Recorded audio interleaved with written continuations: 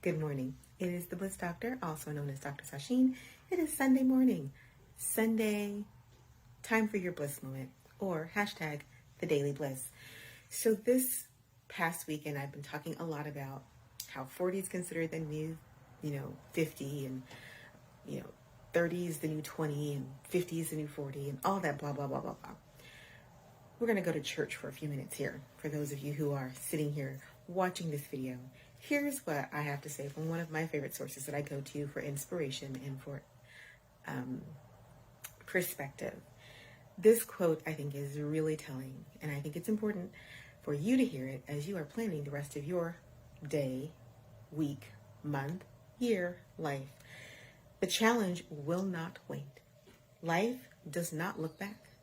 A week is more than enough time for us to decide whether or not to accept our destiny.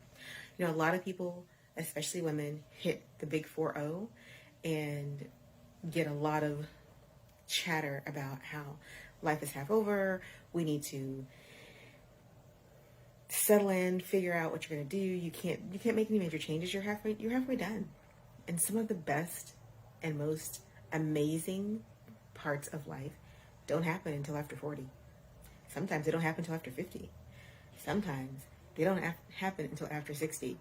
Ask some of the most important people that we have just determined in history to be important, because they weren't in their 20s or their 30s and not even in their 40s.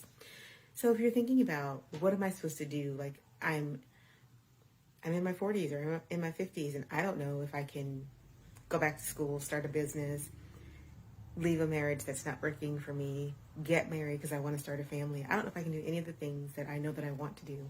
And this quote from one of my favorite authors just reminds us that life doesn't look back. Life does not look back. Life is here, one moment, and it looks forward to the next. That's it.